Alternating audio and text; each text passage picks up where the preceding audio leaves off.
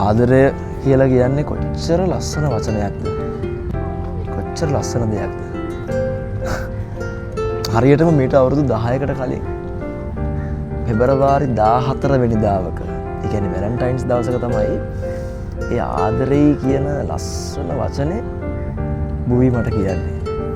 හරියටම මෙතනදී මේ තැනේදී මේ තැනට ඇවිල්ලා මගේ ආදර මතකමාවතේ සැරිසරමින් මම කල්පනා කරන්නේ එකම එක දෙයයි.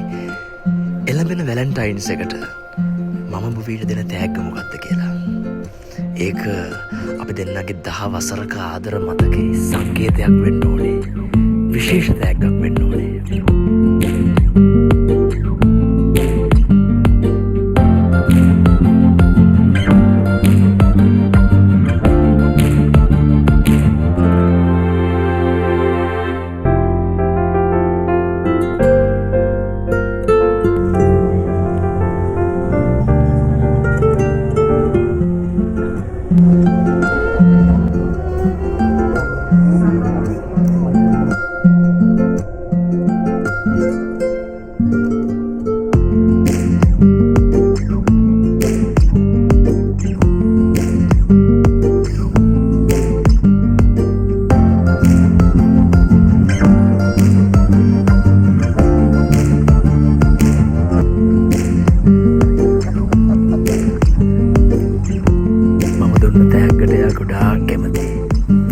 යාගේ මූණේ අඳුරු සිනහ රැල්ලෙන් මට ඒක ප්‍රත්‍යක්ෂ වුණා.